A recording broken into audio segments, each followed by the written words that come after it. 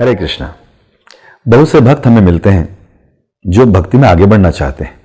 उन्हें पता चल गया कि इस संसार में अधिक संघर्ष करते हुए सुखी नहीं रहा जा सकता, इसलिए अध्यात्म की तरफ जाना या अध्यात्म को अपनाना जरूरी है।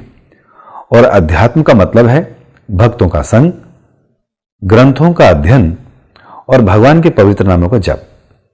तो जब वो इनको करने का प्रयास करते हैं तो कई प्रकार की समस्याएं उनको आती हैं। जैसे एक स्टूडेंट, उसको लगता है कि मुझे अच्छे मार्क्स लाने हैं और मेरा टाइम शेड्यूल बहुत ज्यादा है, एक्स्ट्रा ट्यूशंस हैं, तो मेरे पास इन तीनों चीजों के लिए टाइम नहीं। एक गृहिणी, उन्हें लगता है कि मुझे बच्चों को स्कूल भेजना है, इनको ऑफिस भेजना है, घर के काम करने हैं, तो मेरे पास भी इन चीजों के लिए समय नहीं।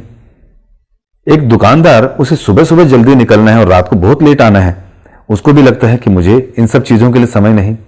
एक बिजनेसमैन, उसको लगता है मैं इतने परिवारों को पाल रहा हूं, बिजनेस भी बढ़ाना है, सबकी सैलरी भी देनी है, अपने परिवार को भी पालना है, उनको भी समय देना है।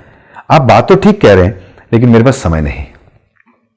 तो आप सब लोग ये तो जानते ही हैं कि भक्ति जरूरी है, मनुष्य जीवन मिला ही ऊंचे उद्देश्य को प्राप्त करने के लिए है। लेकिन क्या ये सही है कि हम इस जीवन में संघर्ष करते रहें और उन चीजों को छोड़ दें जिन चीजों से हमें असली सुख मिलना है और अध्यात्म मिलना है? तो ये ठीक नहीं होगा।